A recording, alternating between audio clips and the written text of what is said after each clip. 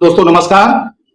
दोस्तों आज का विषय है कि अगर थाने से आपको बुलाया जाता है, कोई पुलिस वाला आता है और वो बुलाता है कि आपको थाने चलना है या थाने में बुलाया गया है या टेलीफोन आता है आपके पास कि थाने आ जाइए, और आपको ऐसा प्रतीत होता है कि आप थाने गए तो आपके साथ मारपीट होना संभव है।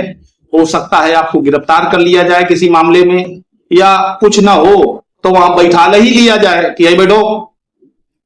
आप वहां बैठ गए तो आपके साथ गाली गलौज या ऐसी कंडीशन हो सकती है, आप वहां बैठे हुए हैं, आपके घर पर कोई ऐसा काम पुलिस करवा सकती है आपके अन्य परिजनों से, क्योंकि आप तो वहां हैं ही। तो इससे कैसे बचा जाए और क्या लीगल तरीका हो सकता है, इलीगल तरीके के बारे में तो मैं बात नहीं करूंगा। लीगली आपको क्या करना चाहिए, कैसे आप इस बात का जवाब दें किसी चौकी इंचार्ज या थाना इंचार्ज को, या जो भी पुलिस वाले आपको बुला रहे हैं सब इंस्पेक्टर रैंक के ऊपर, और वो लीगली बुला रहे हैं। लीगली का मतलब आप अगर नहीं जाएंगे तो आपके खिलाफ वो कुछ लिख पढ़ लेंगे। जैसे मान लीजिए आपके खिलाफ कोई तहरीर आई है और वो चाहते हैं कि यही सेटलमेंट कर ले और कोई मुकदमा ना हो या कोई प्रक्रिया ना हो, तो ऐसी स्थिति में दोस्तों सबसे बेहतर विकल्प मुझे जो समझ में आता है, आप न्यायालय जाएं, और ऐसे न्यायालय जाएं जहां पर उस थाने का जुडिक्शन हो।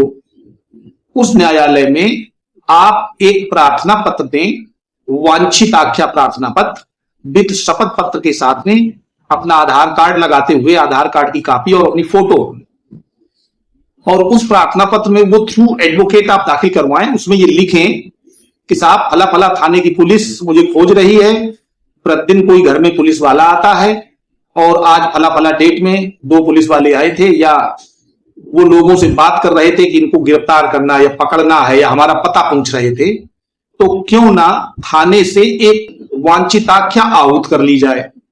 माने हम क्या किसी मुकदमे में वांछित हैं, या हमने कोई अपराध किया है, कोई अपराध हमारे खिलाफ रजिस्टर हुआ है, क्यों हमें ढूंढा जा रहा है, पुलिस क्यों ढूंढ रही है।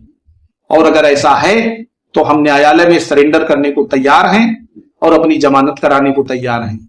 जैसे ही आप ये प्रार्थना पत्र देते हैं, जैसे मान लीजिए सुबह आपने आज प्रार्थना पत्र दिया, दोपहर 1 बजे तक, उसी दिन शाम को उसकी एक कॉपी उसी थाने में पहुंच जाएगी जहां से आपको बुलाया जा रहा था। तो फिर थाने के लोग आपको नहीं बुलाएंगे क्योंकि आप कोर्ट चले गए हैं। थाने वाले भी बुला करके आपको अगर पकड़ेंगे, किसी मामले में अरेस्ट करेंगे, गिरफ्तार करेंगे, तो विद इन 24 आवर्स 24 घंटे के भीतर वो उसी न्यायालय में उसी पीठासीन अधिकारी के सामने आपकी रिमांड लेकर के पहुंचेंगे, और अगर रिमांड स्वीकार हो जाता है तो आपको जेल भेज देंगे, या आपको 41A का कोई नोटिस देना होगा इसलिए बुला रहे हैं, या धनुगाही के लिए बुला रहे हैं तो वो जवाब देते नहीं बनेगा कि क्यों बुला रहे थे। अब इसमें भी 2 कैटेगरी हैं। आप उस स्थिति में कोई वांछित आख्या दाखिल ना करें जहां आपको पता हो गया है कि हमारे खिलाफ ये मुकदमा है और अजमानती अपराध है, या इतने वर्षों का इसमें दंड का प्रोविजन है। तब अगर आप ऐसा करते हैं, यद्यपि तब भी कर सकते हैं, तब फायदा ये होगा कि आप जाकर के अपनी बेल करा लें, पुलिस से कोई मतलब ही नहीं रहेगा, बेल आपकी हो जाएगी, पर्चा हाजिरी केस डायरी में लग जाएगा कि फला फला मुलजिम की बेल हो गई, तो पुलिस आपके घर नहीं आ पाएगी, 41A का नोटिस भी देने नहीं आ पाएगी, ना ही आपको बुलाएगी, क्योंकि आप एक्यूज पर्सन है। हाँ, कोई रिकवरी होनी होगी, कोई और मामला ऐसा होगा, तब एक अलग विषय है। और अगर आ जाता है कि ये फला मामले में वांछित हैं या इन्होंने ऐसा अपराध किया है, इन पर ये आरोप है, तो आप एक काम करिएगा, आप उन आरोपों पर एंटीसिपेटरी बेल ला सकते हैं। एंटीसिपेटरी बेल का मतलब है कि बिना कोर्ट में अपीयर हुए, बिना न्यायालय जाए आप थ्रू एडवोकेट डिस्ट्रिक्ट जज की कोर्ट में, जिला जज की कोर्ट में आप एंटीसिपेटरी मूव कर सकते हैं। एंटीसिपेटरी बेल का मतलब होता है अग्रिम जमानत। माने अभी आपको गिरफ्तारी के पहले ही जमानत कोर्ट दे देती है, तो उसमें जो प्रेयर होती है वो यही होती है कि गिरफ्तारी की दशा में अग्रिम जमानत पर निर्मुक्त किए जाने का आदेश प्रदान कर दिया जाए। तो दोस्तों अगर पुलिस आपको बुला रही है तो पुलिस के लिए सबसे बेहतर विकल्प आपके लिए है कि आप वांछित आख्या आहूत करें। उसमें 2-4-8 दिन की एक डेट मिलेगी। उन दिनों में जैसे ही आप आख्या दाखिल कर देंगे तो पुलिस आपको गिरफ्तार नहीं करेगी। क्यों नहीं करेगी? इसलिए नहीं करेगी कि वही पुलिस आपको गिरफ्तार करके अगर उसी कोर्ट में ले जाती है और उस कोर्ट में वकील साहब कहते हैं कि सर इसमें तो वांछित आज्ञा पड़ी हुई थी और आज्ञा अभी आई नहीं है और ये ले आए हैं, वही थाने की पुलिस है, तो पुलिस की किरकिरी हो जाएगी, हो सकता है कंटेम्प्ट प्रोसीड हो जाए, उनसे पूछताछ जारी हो सकती है कि आपसे पूछा गया था, ये कोर्ट में सरेंडर करने को तैयार हैं, तो क्या केवल इनका अपमान करने के लिए इनको गिरफ्तार किया है या इनको पकड़ लिया है। तो दोस्तों इस कंडीशन में आप ऐसा करिए, और अगर किसी अजमानती अपराध का आरोप आप पर आ रहा है, लग रहा है, तो आप एंटीसिपेटरी बेल करा लीजिए, अग्रिम जमानत करा लीजिए, और अग्रिम जमानत कराने के बाद फिर जब चार्जशीट आती है या कोई मुकदमा आगे प्रोसीड होता है तब उसको फिर देखिएगा। उसमें आप हाई कोर्ट जा सकते हैं, 482 दाखिल कर सकते हैं, उस मामले को क्वैश करा सकते हैं, समाप्त करा सकते हैं अगर वो मामला झूठा है तो। कई लोग कहते हैं कि वकील साहब तो इसलिए कह रहे हैं कि ज्यादा से ज्यादा लोग मुकदमे में आए और लोगों को फीस देनी पड़े और कोर्ट का काम चले। अरे होशियारो, अगर ऐसा ही होता तो क्रमबद्ध तरीके से सब पर मुकदमे लिखे जाते। मुकदमा तो आपका दुश्मन ही आपके खिलाफ लिखाता है, उसमें वकील साहब या कोर्ट का क्या काम है।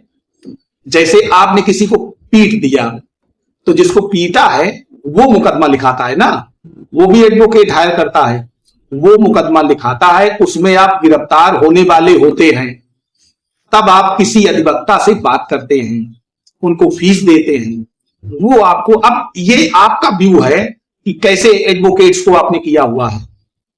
सब लोग अलग अलग तरीके से हैं, सबके अलग अलग परिचय हैं, जिसको जो जैसा मिल गया वो वैसे ही प्रोसीड होता है। अब ये आपकी किस्मत है, या आपकी जो मिलने वाले लोगों की सूची है उसमें कैसे लोग आपके संपर्क में हैं। तो बहुत ज्यादा स्ट्रिक्ट ना होइएगा कि कोर्ट जबरदस्ती बुलाती है और वकीलों का काम चल रहा है। अरे आपके मुकदमे में आपको लाभ मिलेगा, आप छूट जाएंगे, या आपको आपकी ग्राउंड बताने वाले एडवोकेट्स हैं, वो आपके मुकदमे को लड़ करके, वो तो इतने पढ़े लिखे हैं भाई, पढ़ लिख लिया है तभी तो एडवोकेट बने, आप भी बनिएगा। तब तो आप पढ़ते नहीं रहे, आप अगर बढ़िया पढ़ेंगे, समझेंगे और लगातार पढ़ते रहेंगे तो हो सकता आप भी आइडिया हो आपको कि कैसा क्या। लेकिन क्रिमिनल मुकदमे में जब आप कस्टडी में होंगे तब आपको कोई एडवोकेट करना ही पड़ेगा। आपके पास कोई एडवोकेट नहीं है, आपकी आर्थिक स्थिति खराब है, तो सरकार आपको डिफेंस में एक वकील होते हैं वो देगी, वो लड़ेंगे, आप नहीं लड़ सकते। आप अपने सिविल मुकदमे लड़ सकते हैं। सिविल मुकदमों का मतलब है जमीन जायदाद के केस, और आपके बदले क्रिमिनल केस में केवल एडवोकेट ही लड़ सकते हैं और कोई अदर पर्सन नहीं।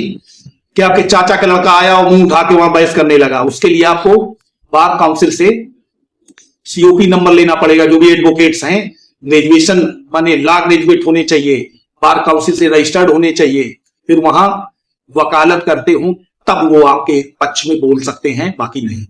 तो दोस्तों वीडियो अच्छा लगा हो तो वीडियो को लाइक जरूर करें, नए हैं अगर चैनल पर तो चैनल को सब्सक्राइब कर लें। धन्यवाद।